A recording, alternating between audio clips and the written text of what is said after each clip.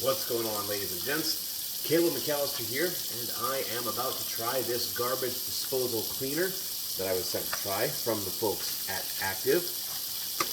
All you do, and you can hear the water running behind you, is run the hot water for 1 minute before you use the tablets, which I'm coming up on 1 minute now. Then, let me flip this camera around for you.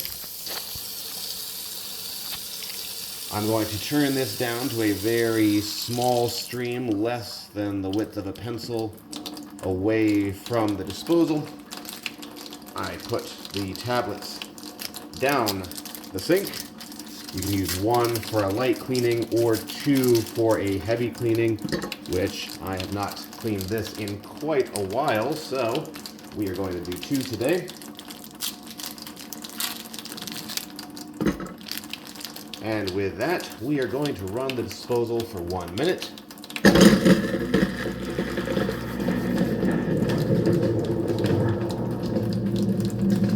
And you can see the foam starting to work. And that is all there is to it, folks. I'm going to let this run for the remainder of the minute. I hope you guys have a fantastic rest of your day, and I will see you next time. Take care, everybody.